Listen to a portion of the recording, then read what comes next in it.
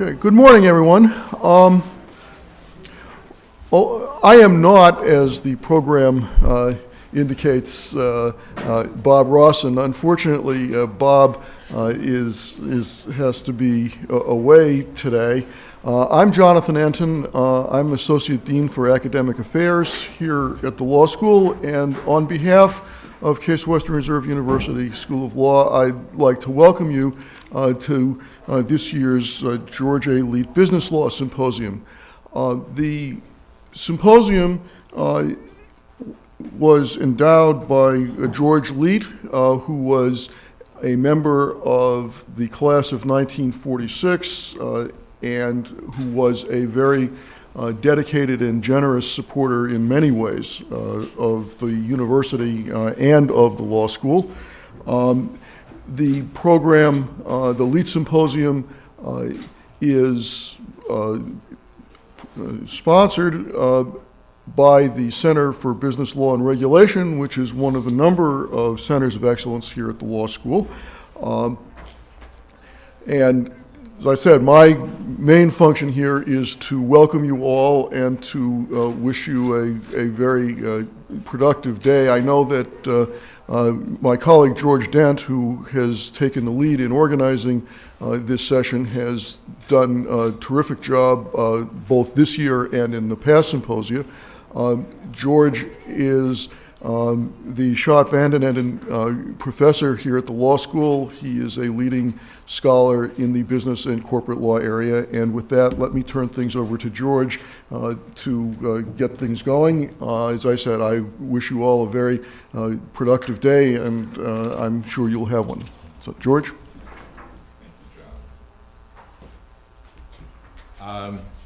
As John said, I put together the program for today, and I don't think anyone is going to disagree with me that one of the most fruitful sources of controversy in the corporate area is the controversies over the role of institutional investors. I think all one has to do is say hedge fund to start people bristling in the corporate area. So I've put together this program on the theme of institutional investors in corporate governance, heroes or villains. I'm delighted with the panel I've managed to put together here. I'll say, by the way, that those who were able to arrive in time last night from out of town, I took them to dinner at L'Albatross, and then we walked down the street to the orchestra concert at Severance Hall, which they all properly admired. So I think I've given them a good impression of Cleveland. For the main speaker for our, we've got three sessions today, and the main speaker for the first session is John Wilcox, who is chairman of Sodali Limited, an international investor advisory consulting firm, and former senior vice president and head of corporate governance for TIAA-CREF, who will give us an institutional investor's perspective on these issues. And he will be followed as commentators by Katherine, who is senior vice president for corporate governance, corporate secretary, and deputy general counsel for Exelon Corporation, a large utility based in Chicago. And then as the second commentator, Professor Simon Peck of our own Weatherhead School of Management. I want to say that I have encouraged the commentators that they should not feel obliged to give a point-by-point response to the presentation of the main speaker. I think it is more fruitful to get the best people I can get and to let them talk about what they think is important and interesting. And that is what I've asked them to do. I've asked the main speakers to talk for about 25 to 30 minutes each, and the commentators to talk for about 15 minutes each, and then to leave the rest of the session for a colloquy among the speakers and for questions and comments from the audience and responses. So, again, I'm delighted to begin with John Wilcox.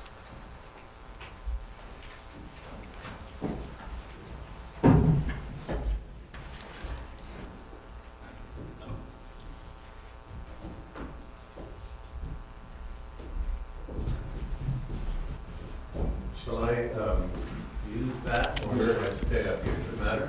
Wherever you would like wherever you would feel more comfortable. Well, I think the audience can probably hear me. I guess we have microphones here, so I'll stay here because I think what's going to be most interesting for all of you is to hear us talk amongst ourselves. So I will keep my comments to 20 minutes, I hope. Stop me if I'm rambling. Let me begin by saying that while that my career has involved work on behalf of corporations for more than 30 years, I was working as a service provider to corporations.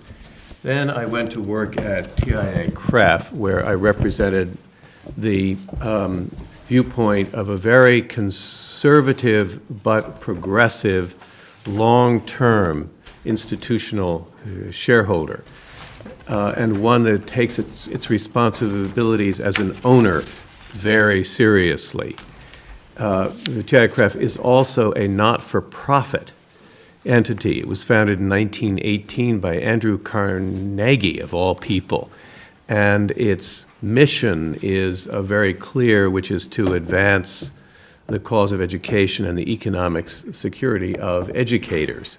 And it was started with the awareness that there was no pension system for educators, and who were at that time some of the most valued members of U.S. society. And so TIAA-CREF is a very mission-driven place.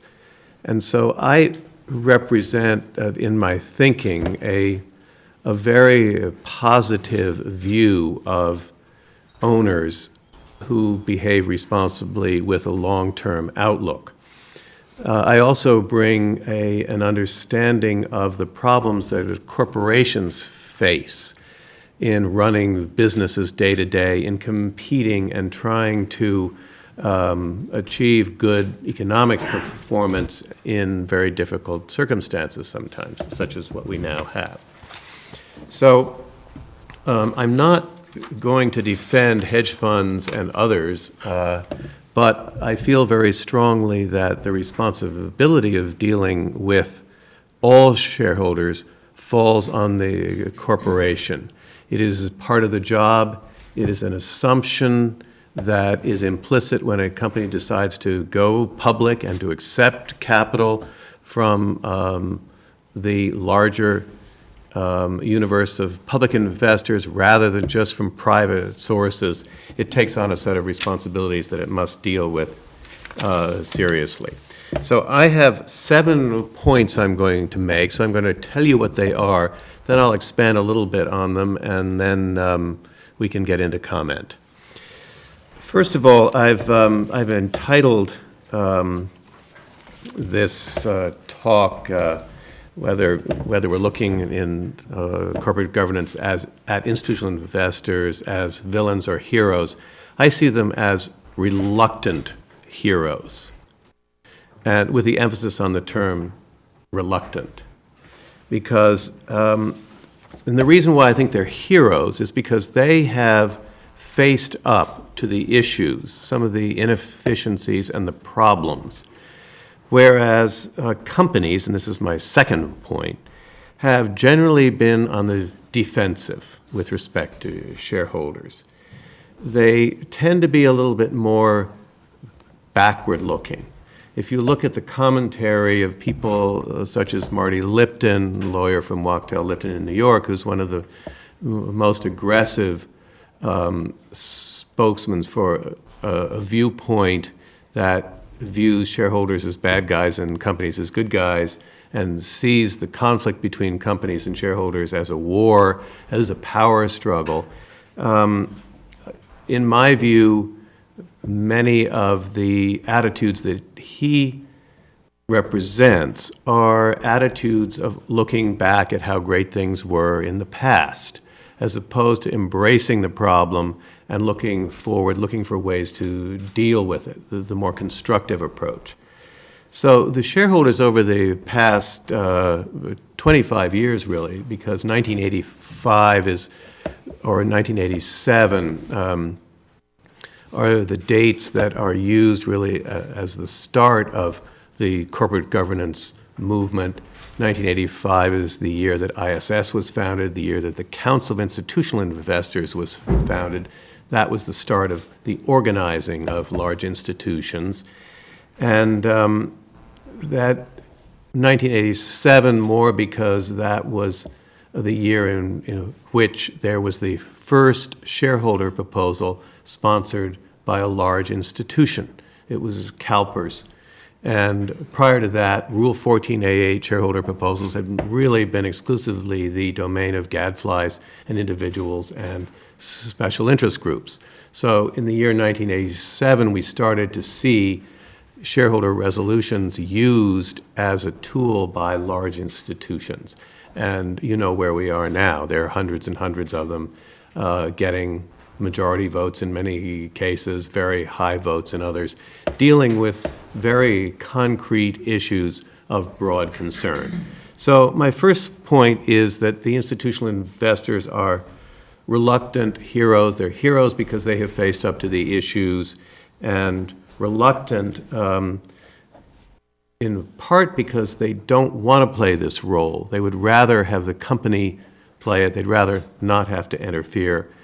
But also reluctant because they haven't looked in the mirror. And I'll get to that in a later point.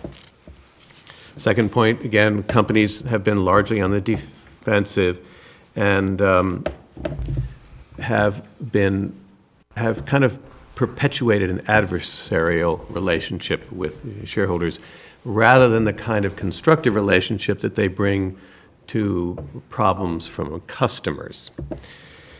My third point is that corporate governance reforms that have occurred in those 20-odd years, 25 years since 1985, 87, have the appearance of being kind of a mixed bag of shareholder rights, best practices, many of them global, regulatory enhancements, and efforts to harmonize rules in different states or even globally.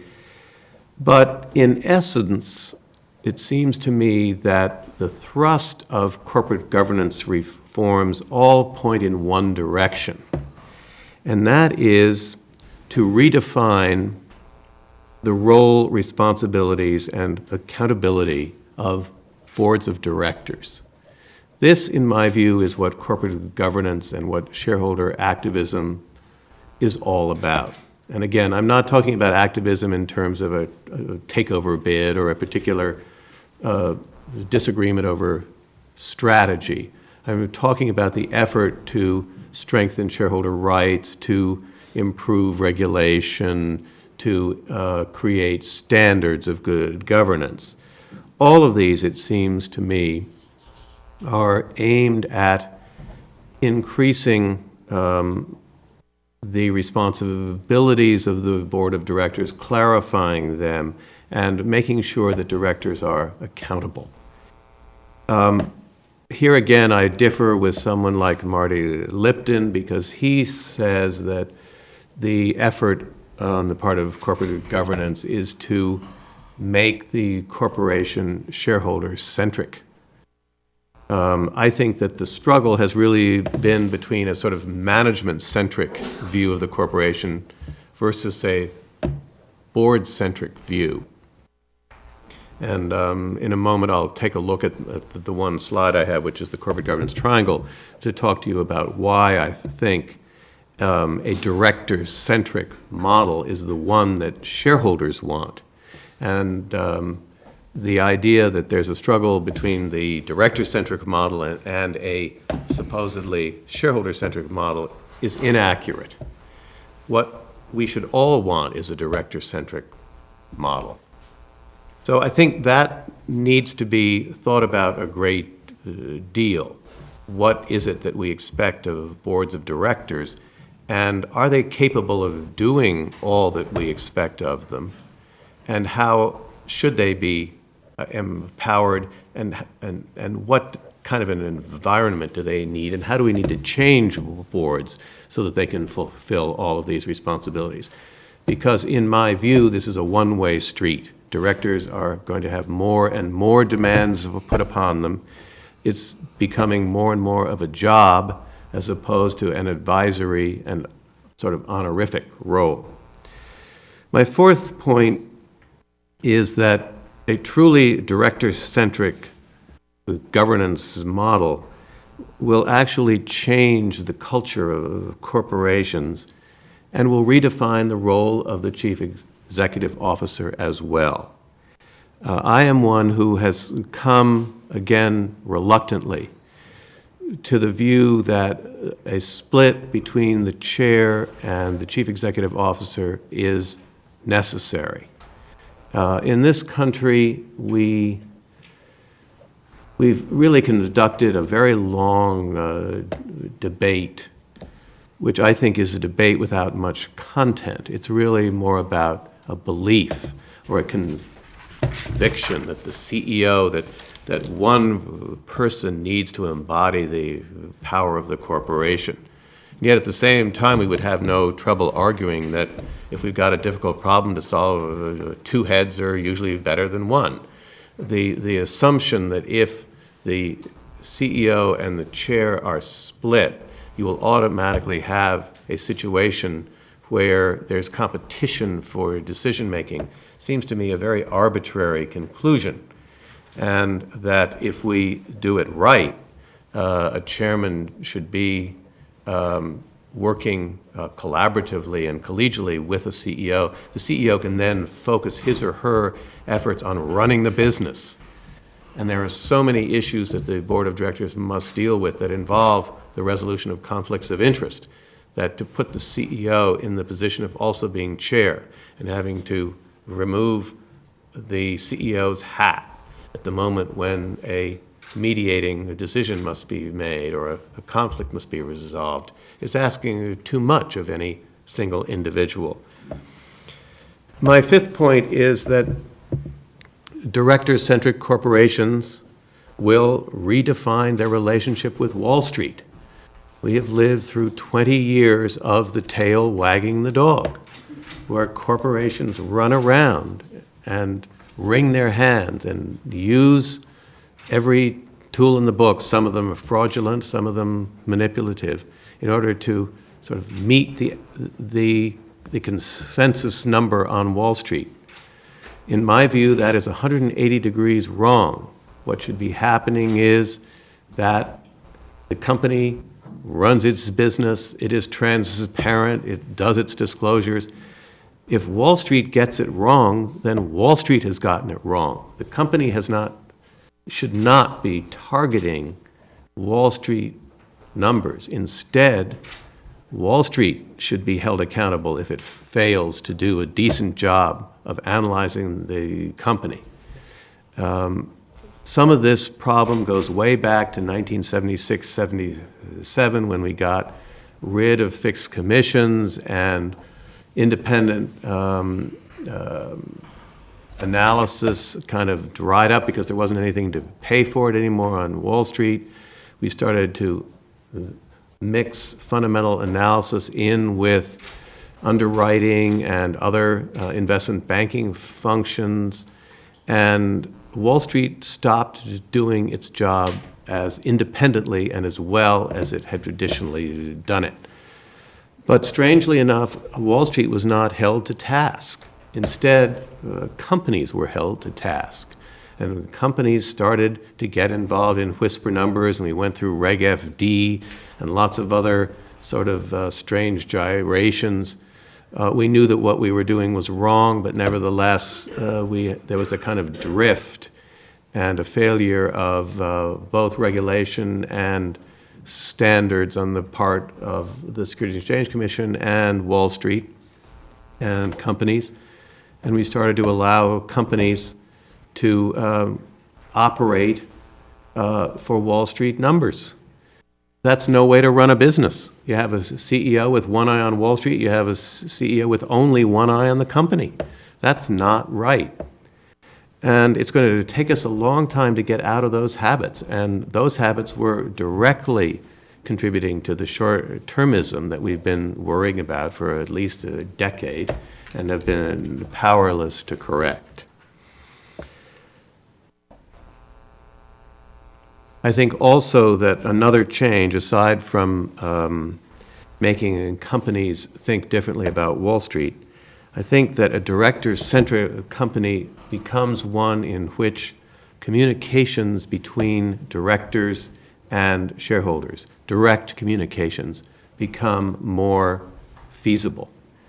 I am a part of an ABA committee, the ABA Committee on Corporate Laws, whose primary function is to look after the MBCA, the Model Business Corporation Act. And however, we have a committee of the whole that is looking at the issue of the relationship between companies and shareholders, directors and shareholders.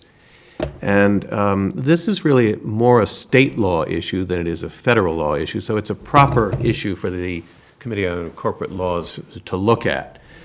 And there are lots of sort of worries about director communication with shareholders, but most of them are quite superficial. The larger issue is, in a sense, a democratic one, which is that the elected representatives of a constituency ought to be able to communicate with that constituency. We do have Reg FD issues. We've got a number of concerns about companies not speaking with different voices, particularly in critical situations. All of those things are relatively easy to deal with. And yet we're still sort of, here again, it's the companies that are reluctant. We still are raising lots of worries. When Pfizer had its meeting between the heads of its standing committees and a group of its 30 largest shareholders on October 24th, 2007, that move was criticized by many lawyers and by many other companies. It was called corporate governance run amok. Well, when we're in this country saying that a conversation which included general counsel between these heads of standing committee of board of directors and its major institutional shareholders is wrong, we have to start re-examining some of our assumptions. And I think we're going to see much more of this. It's needed, it can be controlled, and it will be genuinely useful.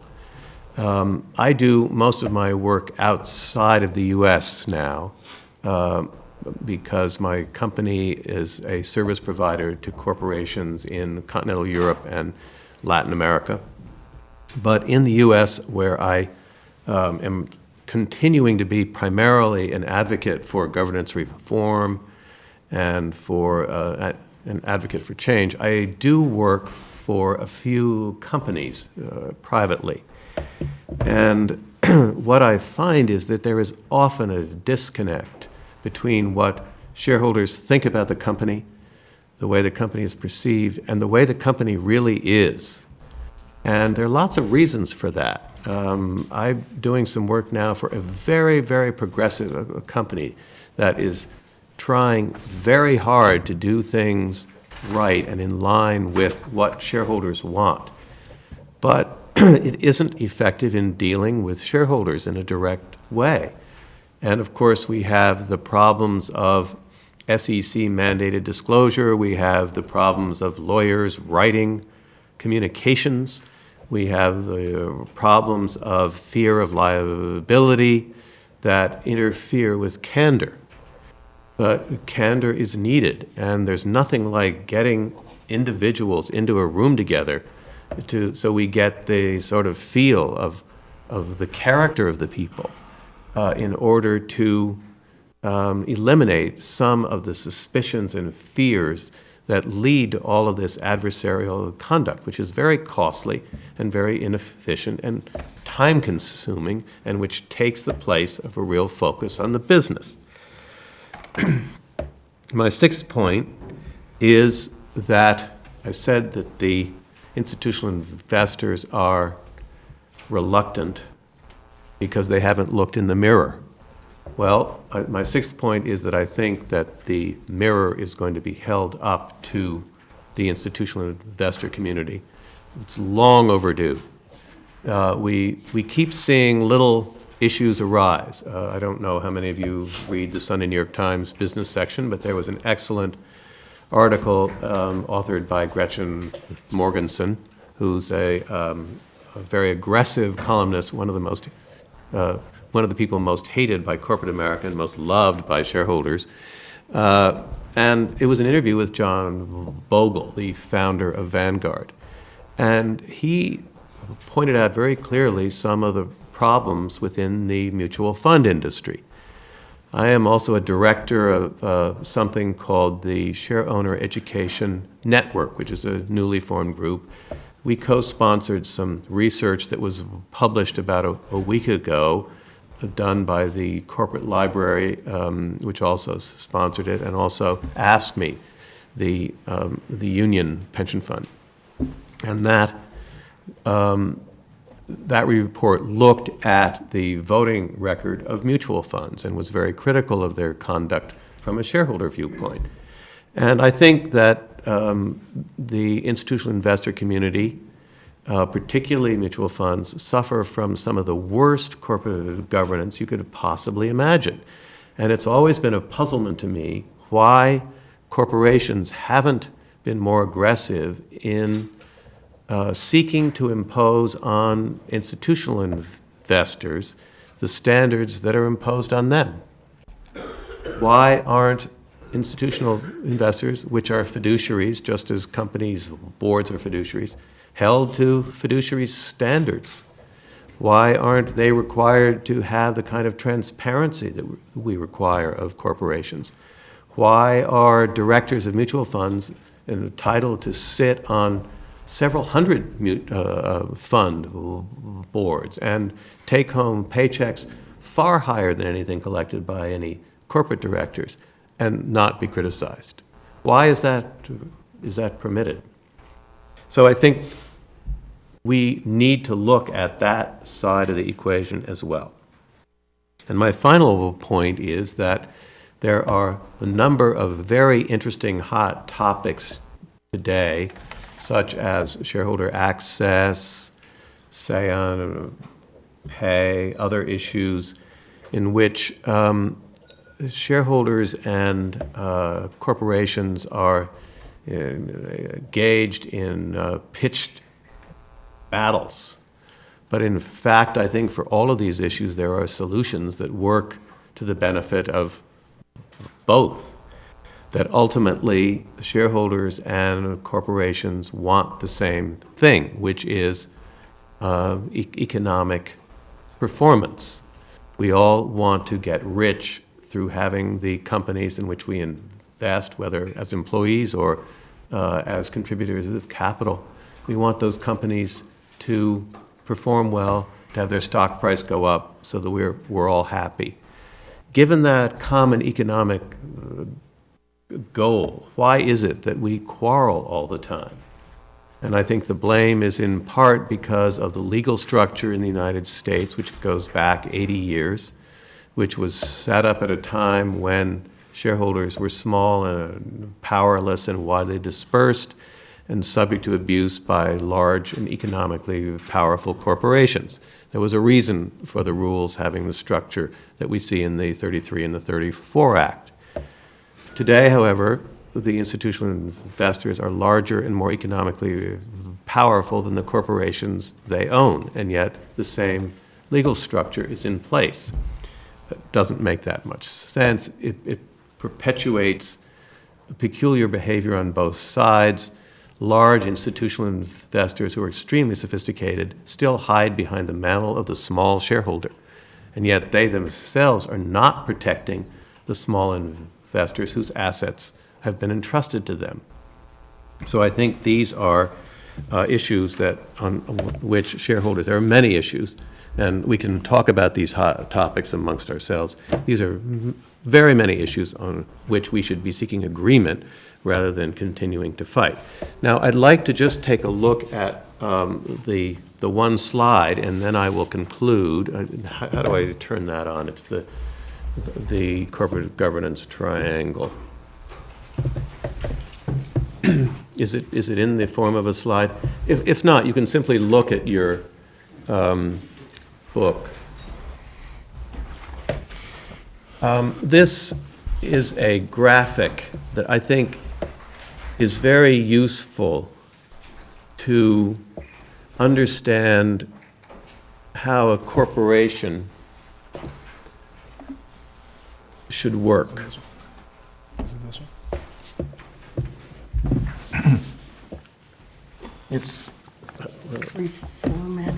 I have no idea where it's, because I just sent it here either. Bottom one, 'cause that's not.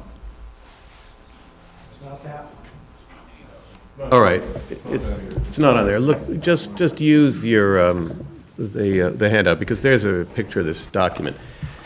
This should actually be an equilateral triangle rather than it's a slightly squashed triangle here.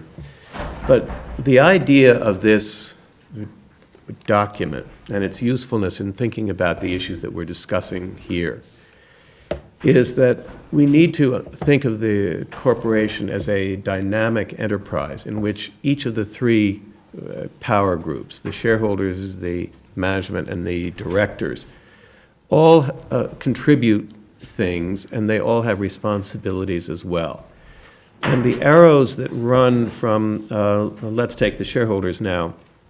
The shareholders put capital into the company, and that company runs towards management, and management really represents the corporation as a business and the enterprise. And in exchange for that, the shareholders expect dividend payments, growth in value of the stock price, and the fulfillment of certain responsibilities, disclosure. And then I have investor relations as a two-way arrow because we can't quite decide how that works. It does run largely from the corporation to shareholders in its professional form. But on the other hand, shareholders do have a lot of input. And in places like the UK, this arrow is definitely a two-way street. And it should be a two-way street, given the size and the sophistication of shareholders today. Looking at the axis running from management up to directors, the directors oversee the whole business, really, the enterprise and the management. And I think management owes performance. I could probably spend a bit more time on this axis, on this relationship. But increasingly, the demands that are being made by shareholders on the board of directors are focused on having boards explain how their policies and how their actions, particularly in areas such as executive compensation, are linked to strategy. And one of the responsibilities that I think is going to increase with boards of directors is that they're going to have to understand how the businesses that they oversee actually work, how they make money, and how their little tweakings in terms of incentives in compensation and how succession planning and other things really do affect these businesses they oversee or do not. And they need to be more deeply rooted in their understanding of the business. And that's risk management, which is another issue that we're involved in. And the problems that we saw in the financial industry arose because directors didn't understand the products that were driving their business. When you look at the Merrill Lynch's and the AIGs of this world, they were peddling products and making tons of money from them. They didn't understand what the heck it was that they were creating, what was in those packages, and what risks there were for the businesses that they were supposedly overseeing. That's unacceptable. They need to know more. They need to understand more. And here again, another reason why I think the CEO and the chair can't be the same person. The CEO needs to educate the board, and the board needs to make objective decisions on matters of risk and conflicted issues such as executive comp. Looking now, finally, at the axis running from shareholders to directors. The shareholders elect directors. This is a meaningful action. It's been treated as a largely symbolic action, but it is indeed meaningful. And there are consequences of that. The directors must represent the shareholders. I don't like the term agent. I don't think directors are the agents of shareholders, but they represent shareholders. Then they have clear fiduciary responsibility to them. The arrow communication with running both ways. In some of these charts, I have that with a sort of a dotted outline because it doesn't work very well. It needs to work better. Finally, the arrow that runs directly down from the director apex down to the midpoint in the axis between shareholders and management is intended to emphasize the increasingly important role of the board in resolving conflicts of interest. There are lots of them, and they are conflicts in which both sides are right.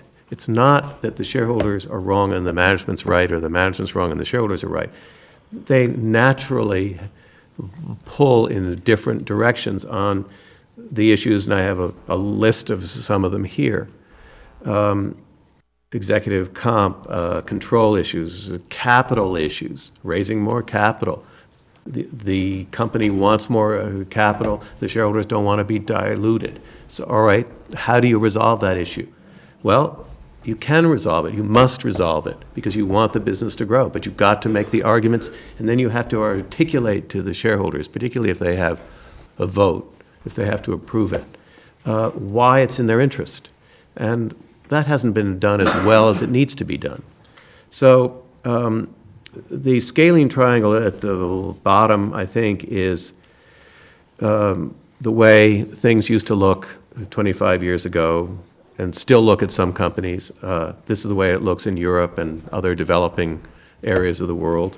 The directors and the management are right there together with each other, and the shareholders are out in left field. But what we should all be striving for is an equilateral triangle in which all parties' interests are looked after because they are, in fact, all trying to achieve the same economic objective. So I'll stop there. Can everybody hear me? Hi, I want to join in thanking you all for your hospitality. It's really nice to be here. I haven't been to Cleveland in quite some time, and I've enjoyed everything. We got to see this orchestra last night and your beautiful buildings, and thank you very much for the hospitality. I work for Exelon Corporation, which is the largest operator of nuclear generation in the United States. According to benchmark performance criteria, the best performing nuclear operator in the United States. And we have, it was formed in 2000 by a merger of two large utilities, one in Philadelphia, one in Chicago. The service territories are largely concentrated in the Mid-Atlantic area and the Chicago, northern part of Chicago area, of Illinois. We have over $19 billion in revenues and retail shareholders over 450,000. About half of them are institutional. So we're very heavily owned by institutional shareholders and spend quite a bit of time getting to know them and showing them how grateful we are for their confidence in us.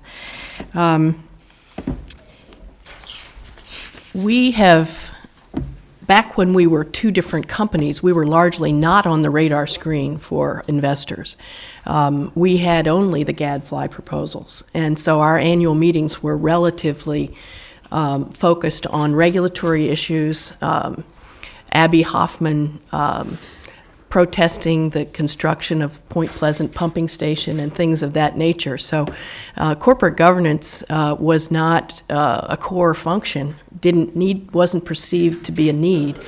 We followed what we understood to be best practices by benchmarking other companies, and were very careful to stay within them because we believe in excellence in all we do.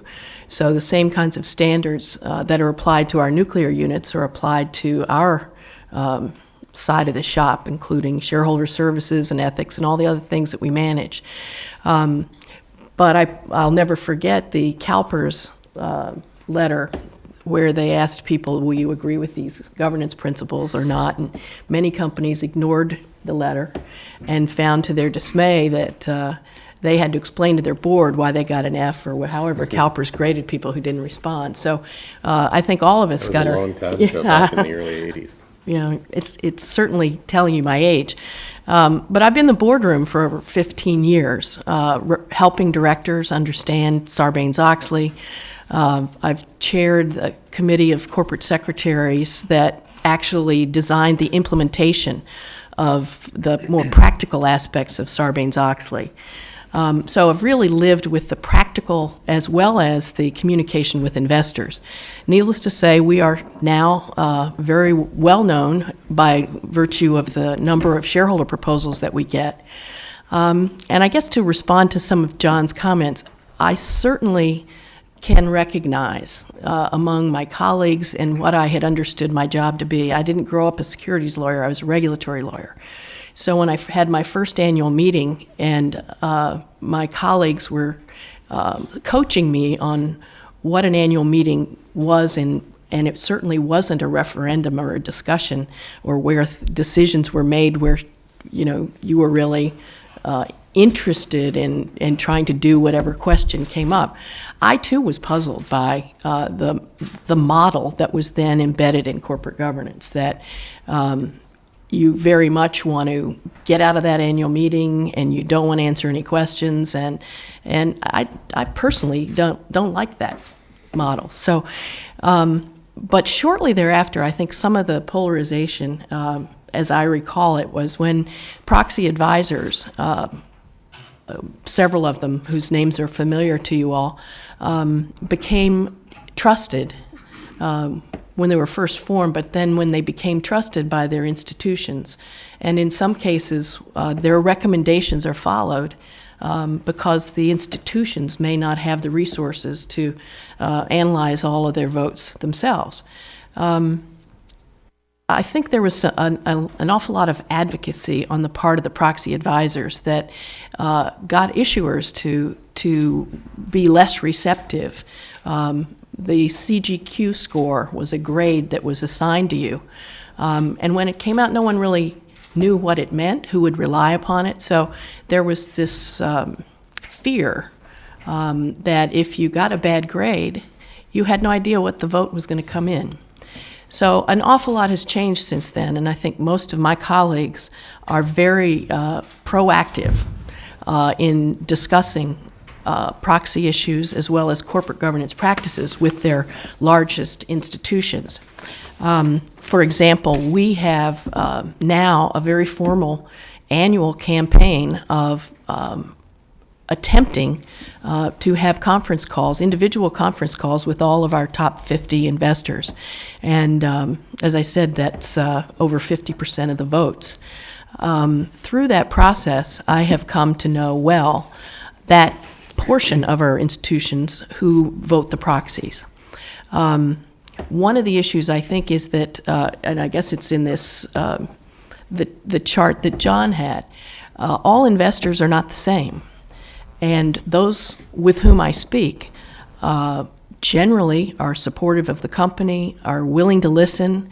They may not agree with you, they may not vote your way, but they're always willing to listen, and generally they will have principles there But the agenda is not to conform everyone to those principles. And I think some of the concern, especially now that we have some of these issues on the back burner, now the front burner, that issuers have been concerned about, there was this period of 2 years when this dialogue was fantastic and everybody was talking to everybody and negotiating shareholder proposals and adopting things that institutions wanted. But I fear that the agenda that is being more than promoted, executed by proxy advisory services may be putting us back a step or two. Hopefully it won't continue or carry the day, but we're very interested in our institutions, and largely they are handled by investor relations group for the for the analyst calls and day-to-day conversations. So there's an awful lot of communications on the analyst side and the buy and sell side analysts.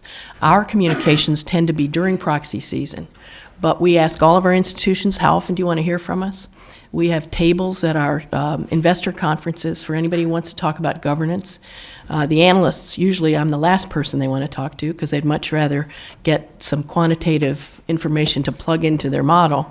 But we're very, very proactive, very interested in what our shareholders want us to do.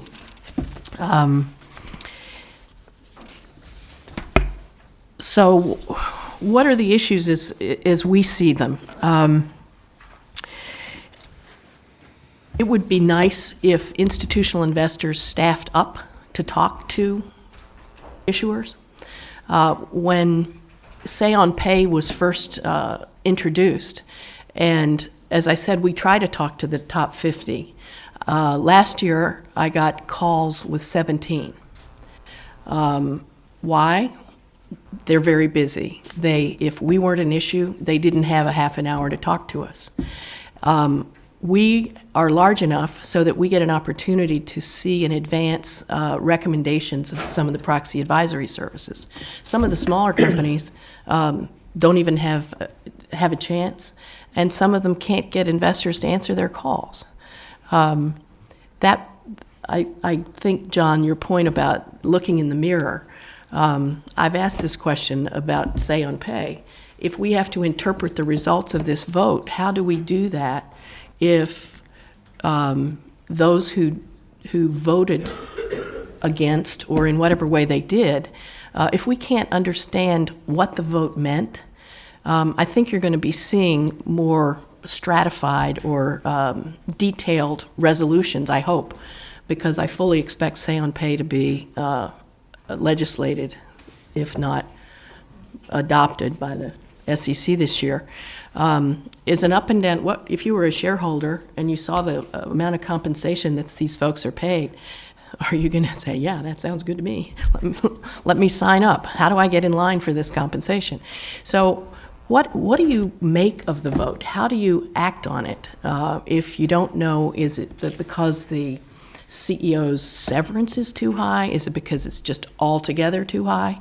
One of the issues that is particularly hot for investors these days is something called excise tax gross up. And it's very hard to explain other than that if you're in a competition for these top CEOs, you're probably going to pay what you need to pay to get them.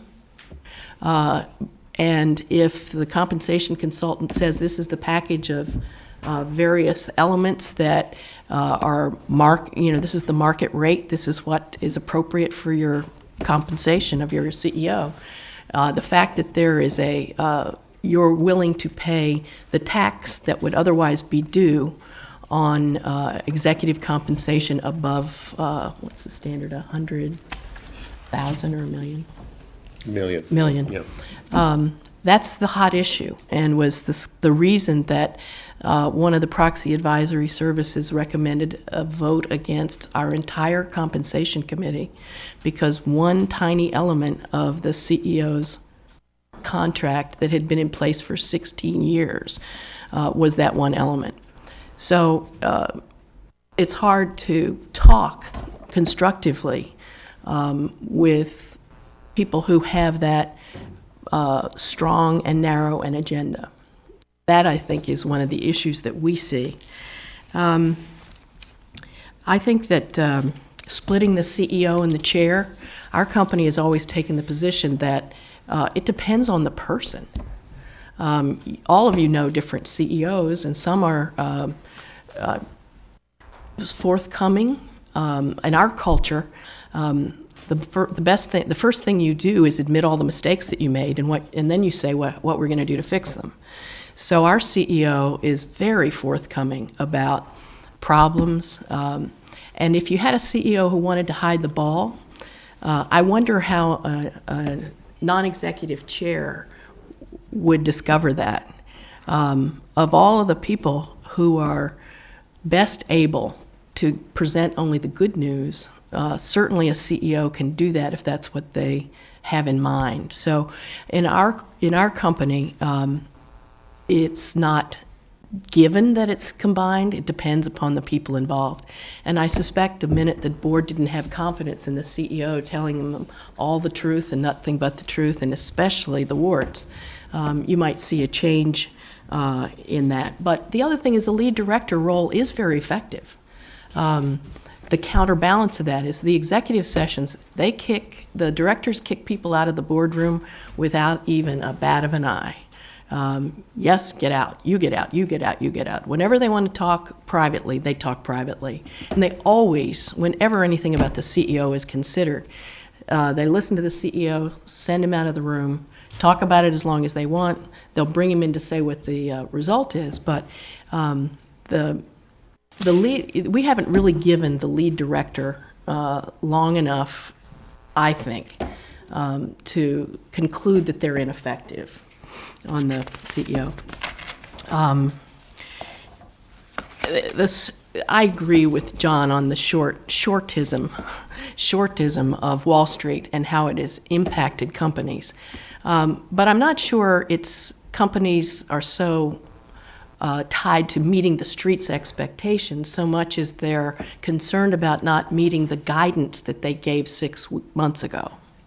So that certainly our guidance has always been under the street expectations, so we're used to managing that gap with investors. But meeting an earnings per share target, an internal target, something that you set, the reality is if you don't meet it, your stock does drop. How can you expect a senior management team not to notice how close you're coming to your own projections of your long-term plan? And the only other comment I would make before passing on is that I agree with the elements of the chart, but unfortunately there are so many more constituencies than just the shareholders. Our company being regulated, probably the regulators, state and federal, wherever they are, have more influence over us on a day-to-day basis than institutional shareholders. And they're the quickest to hurt you. They're the last to help you. So following that is our state and local politics, legislators. You might have read about a particularly well-publicized dispute that we had in Illinois recently, where we had the misfortune of having probably the head of the state legislature and the governor and everybody else lined up against us. But what was interesting is the legislature can pass a tax that can hit you, and you have no real legal defense against them deciding to pass a tax. And that was the unfortunate leverage that existed. So you can't ignore the legislators, the politicians, the customers, the employees. There are so many constituents there that the directors and management have to manage and balance their interests. So look forward to your questions.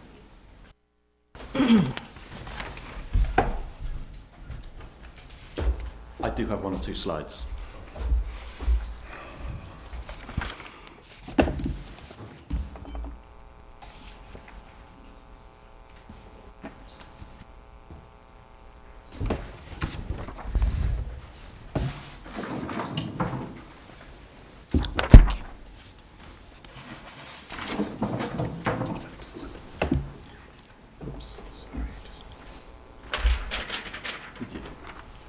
Yeah, morning. Thanks for the invitation to come and talk today.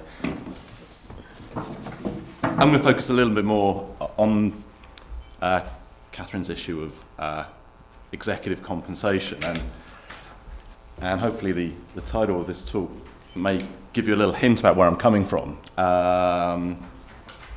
So I'll tell you what I think we know, and then leave it as a sort of a question about what indeed is all the fuss about.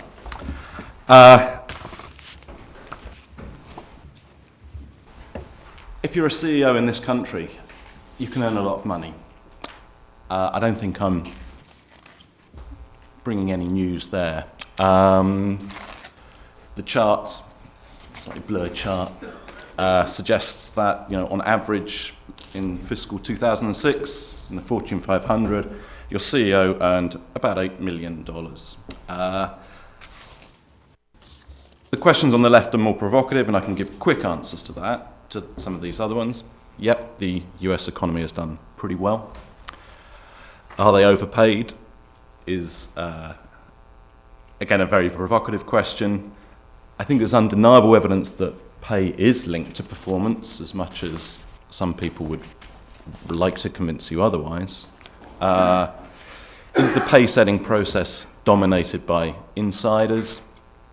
Again, I think a lot of the reforms that we've seen in the recent past have actually done away with a lot of those concerns. And actually, what we're seeing now, and particularly with the recent downturn, is that the pay is coming down.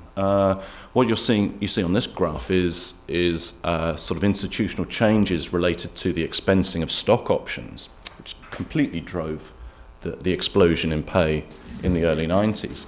Now becoming much more transparent, and pay has come down. And in this fiscal year, bonus plan arrangements are going to be hit particularly hard. And again, I expect overall executive compensation to come down this year.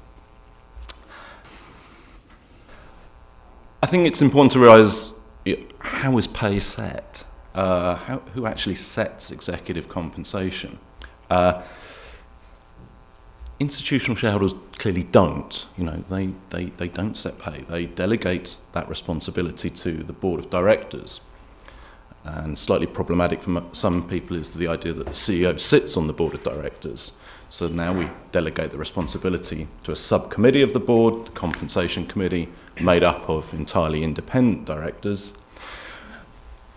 But clearly there's some interactions here between the various parties. And one that Katherine also touched on, that I know a little bit more about, is the role of the supposed independent compensation consultant in the whole process. And I think if you're looking for villains of the piece, these guys are probably your prime suspects.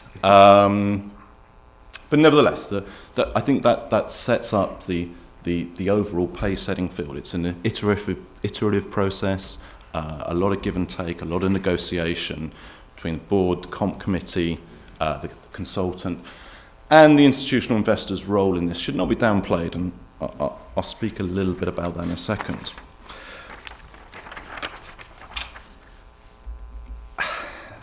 I think the growth that one of the few phenomena that actually mirrors the growth in CEO compensation is the number of articles written by academics and other people about CEO compensation. Now, given that my two colleagues on the panel have day jobs, and for hopefully most of you, life is probably a little bit too short to wade through the volumes of articles that have been written on this subject. Let me try and sum it up very briefly. There's a broadly positive relationship between the amount of equity owned by institutions and the pay performance sensitivity of executive compensation packages.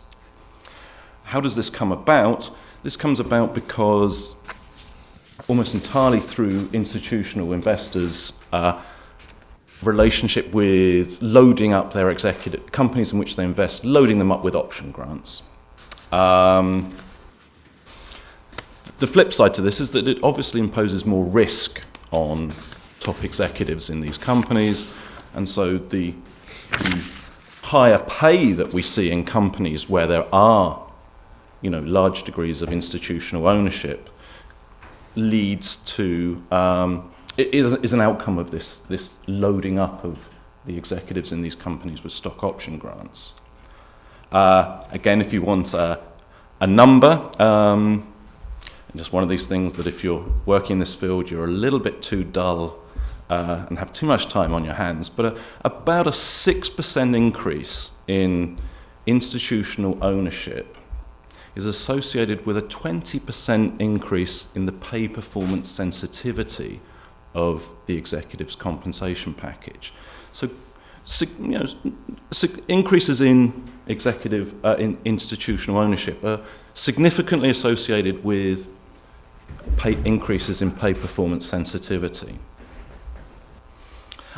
I think it's an interesting question as well whether what economists call a clientele effect exists, in the sense that do companies adopt pay packages to make themselves look good to institutional investors? So actually what you're seeing here is, we've adopted this in order to get institutions to invest in us, or is it the other way around? I think it's important to try and disentangle that.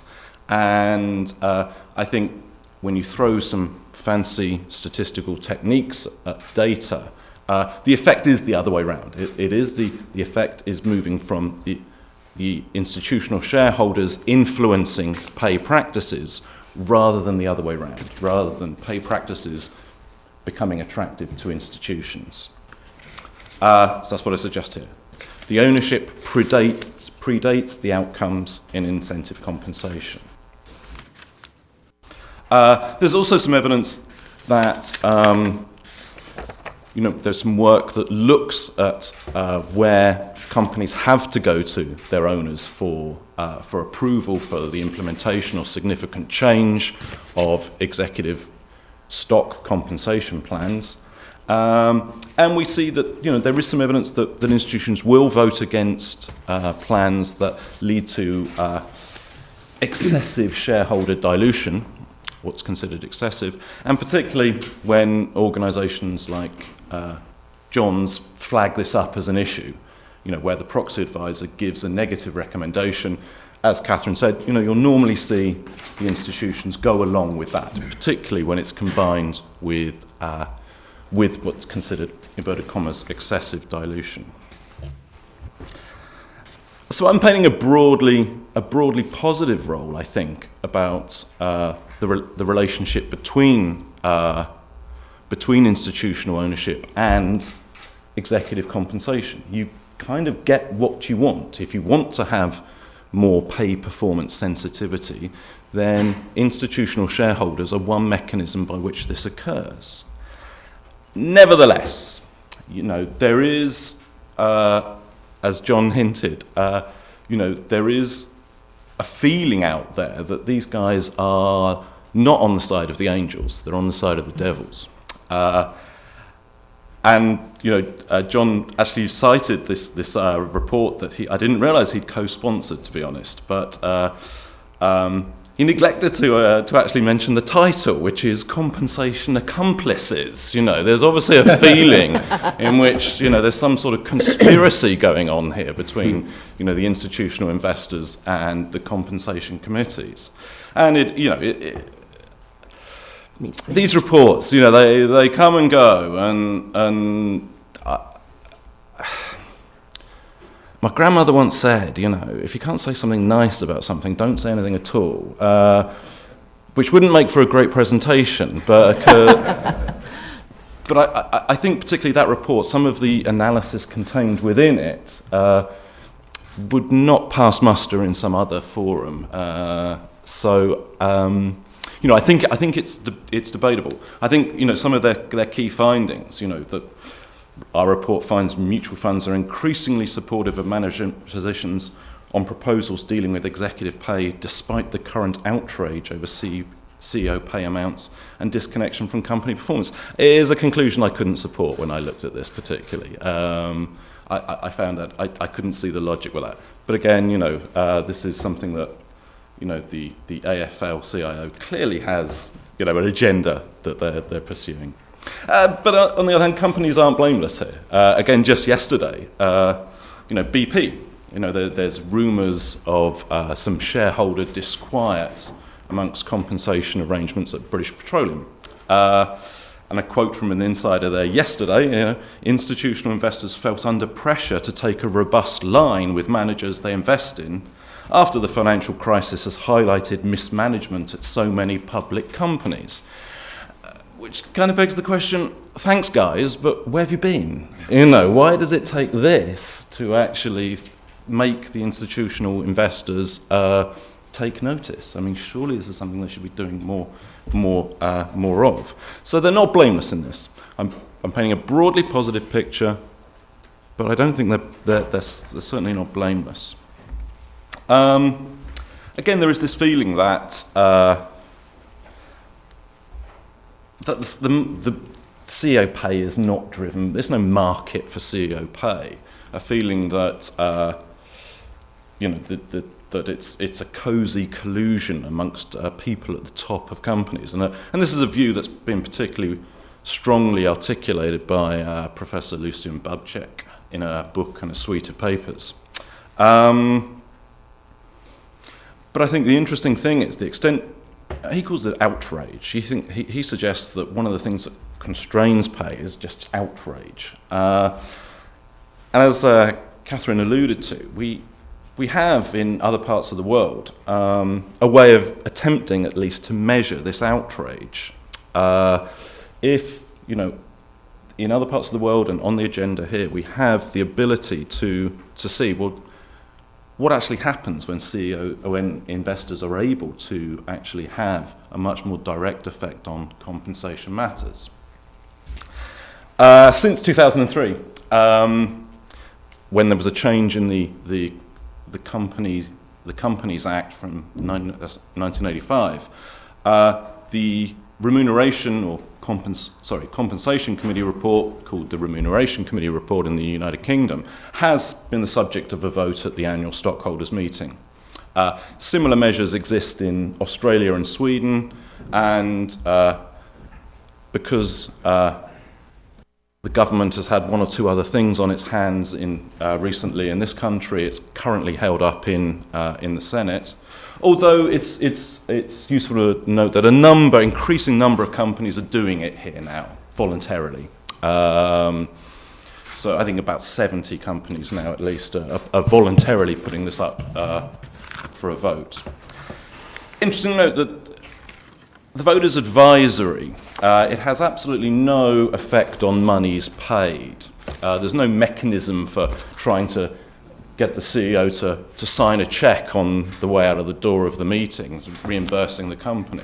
It's purely advisory, but it does give us a feeling of the level of outrage that exists, and presumably this is something that companies are interested in. Any well-governed company like Katherine's would be interested in knowing how the shareholders feel.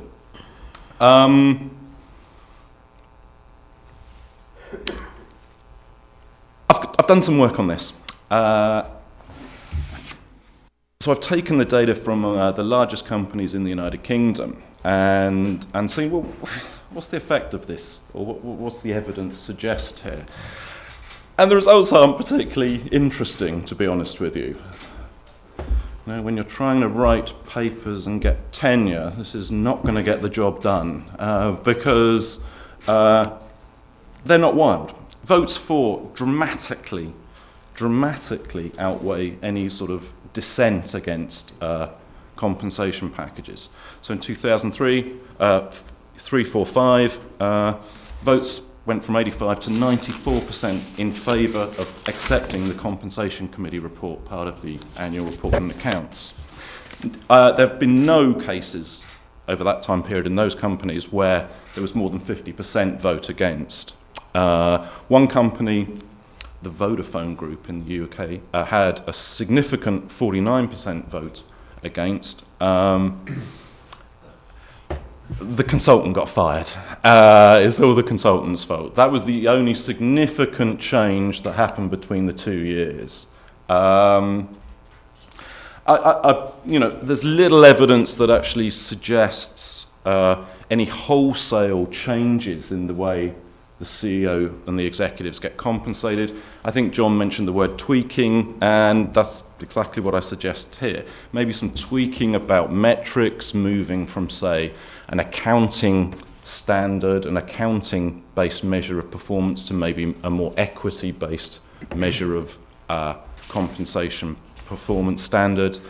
Maybe some movement, increasing movement away from share option style plans to more restricted stock style plans where company performance is evaluated against a comparator group.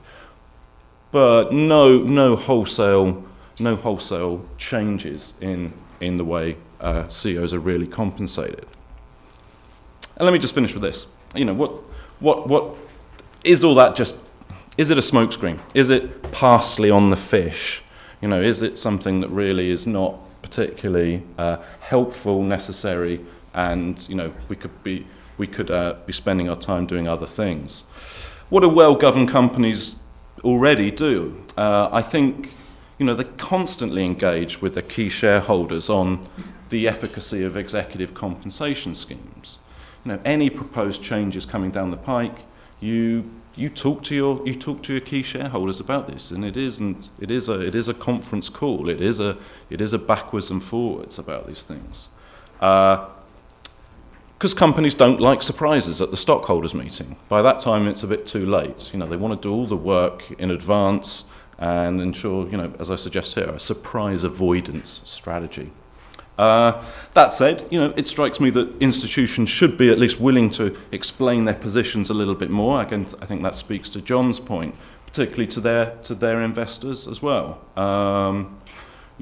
Why do they just blindly vote with the management proxy, for instance? Why do they do these things? Why do they have particular faith in that position? And again, I think, maybe speaking to John's point, suggests that some of these institutions need to have better, what I call monitoring type skills, the skills that are associated with being able to judge good governance arrangements, rather than just being able to judge, the discounted future net cash flows of any particular strategy and whether that's reflected in the share price of the company. So maybe those sort of capabilities, those sort of skills are ones that institutions could develop a little bit more. But again, it comes back to my previous slide. Where do we think the problem, the extent to which the problem exists, really lies here? The focus of today's session is on the role of the institutional investors.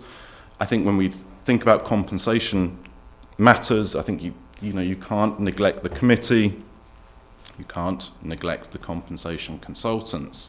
And more of this suggests, if it's, these are made up of people, and they're only as good as the people on them. And I think some of the more interesting reforms are actually targeted towards the issues of board composition. Some of the changes about trying to make it easier for investors, institutional investors, to nominate directors to the board, rather than just the management slate getting passed blindly every time directors are up for re-election, is something that could be particularly positive if you're genuinely concerned with the way executive compensation is set and determined in these companies. Thank you. George, can I respond very, very quickly to a few of the points? For colloquy, questions and answers, and I told the speakers I would first, the first two speakers, I would first give them a chance, ask them if they had any reply to anything that was said after. So, yes, please. Sure. So go ahead. very, very quickly in response to a few of Kathy's points, I think she makes a very good point when she says that the company has to deal with lots of other constituencies than the shareholders, and that the corporate governance triangle doesn't include them. That is very, very true. I think that all of those other constituencies belong on the management category, because running the business is their job. That is the enterprise itself included on that axis of the corporate governance triangle. There are lots of other groups in there. And I would urge understanding that shareholders are becoming increasingly sensitive to other constituent groups, in particular on issues such as sustainability, the environment, human rights. Those issues are starting to be viewed by shareholders not as gadfly special interest issues where they've been for many, many years, but as central strategy issues for the corporation. And here again, a director-centric company will require that the board of directors oversee and understand how the management and of the company and the enterprise itself is dealing with these issues, because these issues, first of all, offer opportunity for competitive advantage at the company. If they operate green, they're going to increase customer loyalty. But there are also risk control issues. Operating green may mean the avoidance of regulatory penalties, litigation, unhappy customers, all kinds of things. So these issues are increasingly viewed by shareholders as issues of business strategy and not just moral issues the way they've been discussed for the past 15 years. So you're absolutely right. Running a business is a complicated operation with lots and lots of different constituencies to be addressed. And of course, the customers are always the top of the list. But shareholders need to have greater insights into how that is being done and how it is being overseen by directors. The split of the chair and the CEO, Kathy gave a response that I've heard many times, which is that they want to take a flexible approach, and it depends on the person. I think that I feel that it should be structural simply because of the way I feel that the role of the board of directors is evolving and involves more and more sensitive issues, and you're putting the CEO into an awkward position by asking him or her to wear those two hats. But I also think that if you are flexible, then you automatically downgrade the CEO who does not get the title. And why should that be the case? I think that that the lead director role also is in a way, and also having executive sessions of the board, these are all good things. But I don't think that the lead director is really a substitute for a structure in which it's absolutely clear what the role of the board of directors is, including its chair, especially its chair, and the role of the people running the business. And that's really the function of it. You're absolutely right that institutional investors need to staff up to deal with their responsibilities with respect to their role as owners of corporations, and not as many do that as need to. TIAA-CREF, for example, has a group that I headed while I was there, which operates under the General Counsel. Others do this operation under their asset management. There are a lot of different models. It is extremely hard for corporations to find out who those decision makers are. It should not be difficult. It's easy for them to find out who the analysts and the portfolio managers are, and their IR relationships and investor relations relationships are very clear. But the relationships in the areas of policy and share voting are very unclear, and we need to do something about that. With respect to CEO pay, we can talk quite a lot about that, but I think it's very important to understand that the question that shareholders are interested in is how executive pay works, how people are being paid, not how much.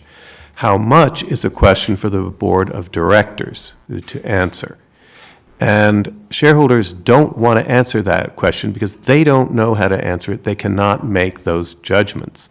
They do know when they think people are being overpaid with respect to performance, peer companies, etc. But their anger is directed at the board of directors for not answering the question or justifying the numbers. And very often the response is, well, we have to be competitive, there's a market, and so forth. But when you analyze the market for CEO pay particularly, it is made up exclusively of participants who have an incentive to see CEO pay get higher.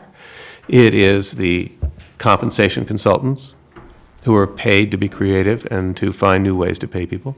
It is executive search firms whose fees are directly proportional to the amount of money paid to the CEO that they get hired.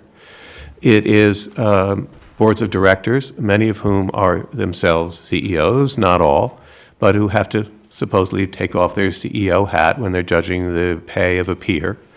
And it's very difficult for them to do that. The only group that is going to run counter and create a true market are the shareholders, and they don't have a voice.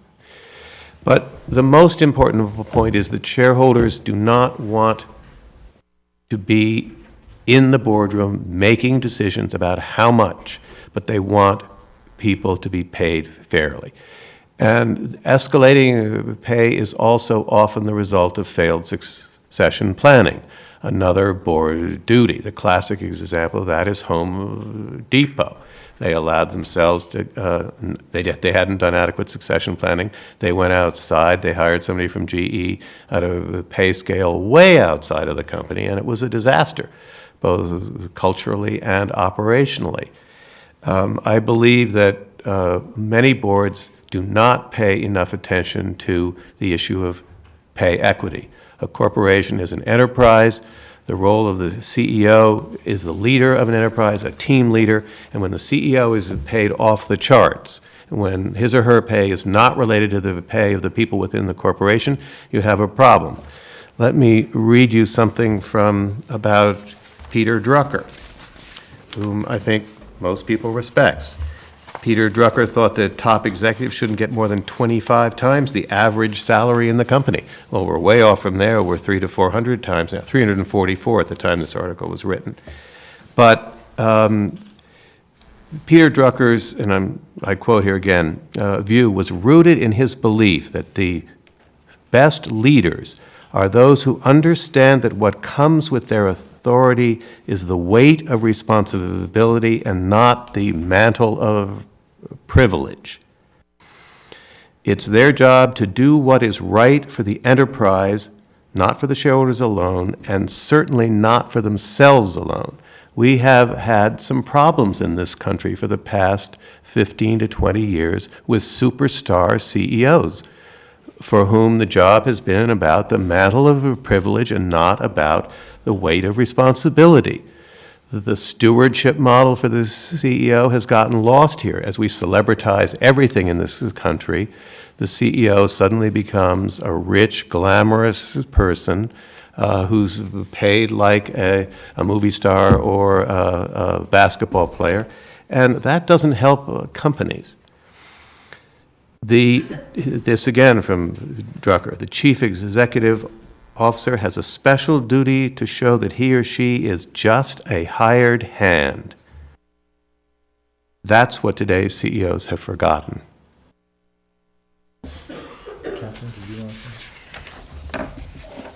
Well, I guess the only response is that we're in a marketplace in the United States. Say that to the NBA, say it to the actors, say it to it is what it is. And if you're in the position of trying to attract someone that you think will help your company and achieve its strategic objectives, it's hard to have a limit on or a particular only one structure that you're willing to pay to attract them. I do agree on one point. If you look at this crisis, actually, this is not an agreement. I've read those who are contending that this financial crisis was all about CEO pay. And had the individuals not been incented to take the risks they had taken. We have a very strong risk oversight committee of our board because we do some financial hedging transactions with power trading, and there's some risk involved in that, and the board wants to make sure that they have a handle on that. I wish that the dialogue were more about how can the board effectively understand the worst case scenarios of the products that they're selling or the other work that they're doing, those risks, because I think that dialogue could be a lot more productive than it's easy just to say it's because these guys are paid too much. But I've even understand someone has shown a causal or some kind of a statistical correlation. But I wish the dialogue were more about how to manage risk than how much are we, it's the same old saw. Well, I'm going to ask for questions from the audience, but I have a lot of questions myself. I'll hold most of them, but I am going to exercise the prerogative to ask one question. I'd like to ask a question to Simon Peck, although it isn't a deal exactly that he talked about, but he's the only non-lawyer and the only finance expert in the symposium. And both John and Katherine referred to short-termism, and Marty Lipton has referred to investors who are out just looking for a short-term pop in the stock price. And this baffles me a bit, because we learn from the basic corporate finance texts that a large market like the New York Stock Exchange is efficient in that it quickly impounds all available information, and that market prices are an unbiased forecast of the present value of all future payouts. Nonetheless, the critics of many institutional investors, like Marty Lipton, and the Delaware Supreme Court are notorious in their contempt. Oh, it's just market price. It's just, people playing games there. That means nothing. And short-termism, I've always wondered, what in the world, if you were a short-termist, whatever that might be, what in the world would you try to do? The long term is just a series of short terms. So, and does this notion of short-termism make any sense to you, Simon? No, it's entirely. I didn't think so. No, it's entirely bogus. I think people are short-termist. I think particularly, when you say you have to get re-elected every year, or if your compensation contract is poorly structured in a way that provides you with incentives to behave in a short-term manner, then you do get short-termism on the part of people. But no, I don't think the market is inherently short-termist, because as you just accurately said, if there would, there's no difference between short-term performance and long-term performance. If you consistently think there is this difference, then you should be able to beat the market. You should be able to devise some relatively straightforward strategies that would allow you to take advantage of that inherent short-termism. And we wouldn't be sitting here if that was the case, George. We'd be doing other things, being very wealthy in other things, doing other things. So no, people are, markets aren't, I don't think. George, I'll give you a view on this. Long-term investors like TIAA-CREF are long-term until the opportunity for short-term gain arises, and then they'll take it.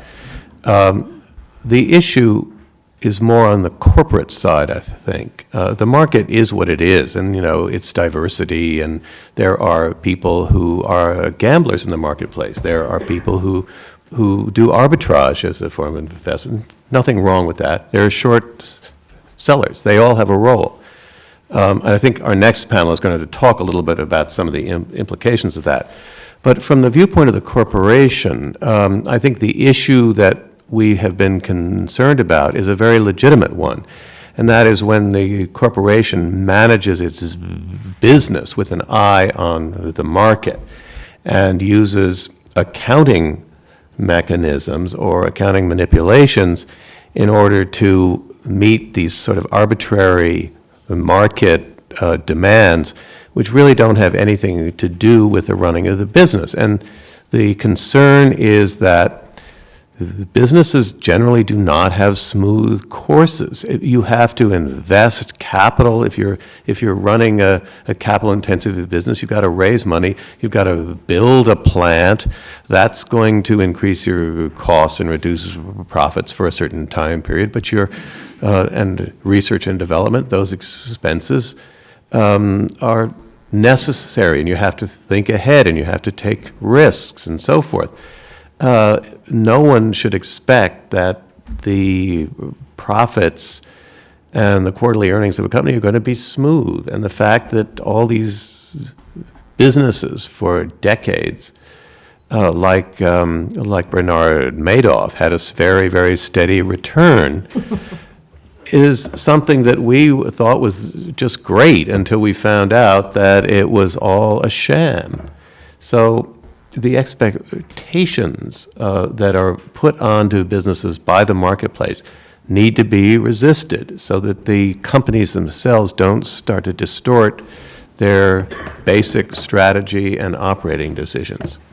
Yeah, I was just raising the question about the argument that the corporation needs to be insulated from these terrible institutional investors who are just looking for a short-term pop in the stock price, which, as I think Simon has said, that's Right, well, they can't be insulated. They've chosen to operate in this market. It's their responsibility to deal with it as best they can. Okay, yeah, go ahead. The only caveat I would add is that because of the share lending and the ability of these synthetic owners or whatever they are, it's very difficult for issuers to know who their owners are in that aspect. And also, as the CSX case showed us all, it's easy to be ambushed. The 13D filings are not always there. And so it's very easy to be surprised and very easy to be concerned about probably the people whose interest is very different from a TIAA-CREF or a long-term investor. Right, and transparency is much to be desired on the part of the market and those kinds of shareholders. Yeah, we're going to be talking more about this divided interest in shareholder voting in the next session. We have just a few more minutes, so questions? Yes. I'm struggling, actually, initially.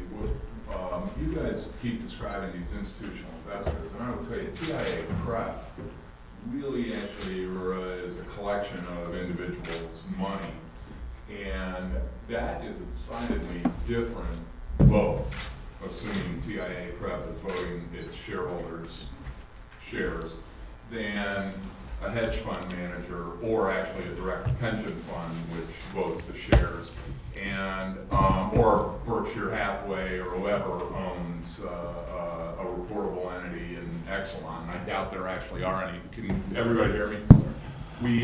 So I'm struggling with the difference between having Vanguard own your shares because they have Exelon's probably in 25 different Fidelity funds, Merrill funds. Okay. That is a decidedly different institutional shareholder than George Soros.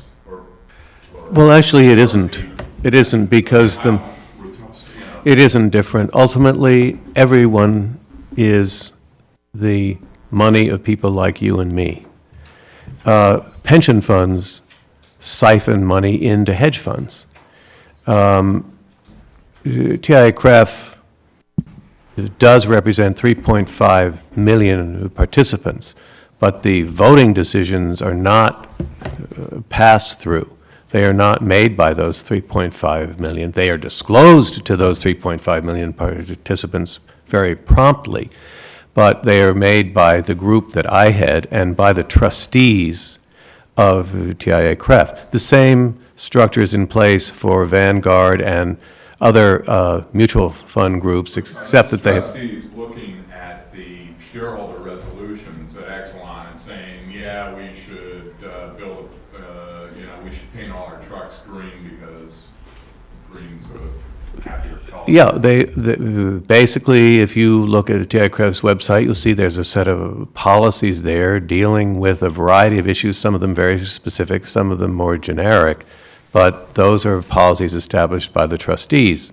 Other groups have different decision-making mechanisms. For example, Fidelity involves its portfolio managers in policy issues, whereas the TIAA-CREF would go to the asset management group only if there was an economic issue where their input was needed. But in the end, the dollars ultimately are the dollars of America's citizens, whether they've invested through pension funds or... We want to give somebody else a chance to ask a question, okay? Another question? Okay, David. I was going to say, maybe to clarify, I think what Stuart is saying is that referring to institutional shareholders as a monolithic group may not be correct. That they have different investment motivations. course, they're very diverse. But we use the term as though there's this single blob out there of institutional investors. The reality is that, as Katherine's company experiences, that when they talk to 50 people, if they can talk to 50 people, they will get different viewpoints on some of the same issues. And I think that, Stuart, am I right? Right on. Okay. Well, diversity is a given. I mean, that's Before you the respond to that, ABC. could I just add something to that? Now, obviously, people can have different predictions. We're rooting for the Indians, and we might have different feelings about whether we should pinch hit for somebody. But we all want the team to win. Now, the institutional investors may have different attitudes about what tactics should be taken, but aren't they all looking to maximize the value of the equity? Sure. I mean, I would think so. But again, there are different views about how you accomplish that. And frankly, there are shareholders that are highly visible, like Carl Icahn, who is mistrusted by other investors because he basically does what's best for him, not what is best for companies or what is best for other shareholders. Those distinctions are really commonplace. And of course, the challenge of a company is to deal with this diversity. I don't consider it to be an overwhelming challenge because companies deal with an incredible amount of diversity in their customer bases, for example, but they approach it with a very constructive attitude instead of with a defensive and adversarial attitude that they bring to shareholders. Well, since we started, well, all right, we'll take one more question, yes. Use a term which is much abused and much misunderstood, but the average American. I would think the average American 50 years ago, when Charlie Wilson said, what's good for General Motors is good for America, I don't think many Americans thought that was an arrogant statement, because they didn't really care what Charlie Wilson made, because they thought he deserved it. I don't think the average American today thinks what's good for General Motors is good for America because General Motors is gone. And so the average American says, well, what happened? They're looking at the ratio. This is what Mr. Wilcox talked about, the Peter Drucker talking about the ratio between the general's pay and the sergeant's pay. I mean, how did that ratio get so bent out of shape and with such total lack of stewardship and fiduciary duty? That's why the average American is going to has lost all confidence, and that's a morale question for the future. And they have to really get back to the ratio issue.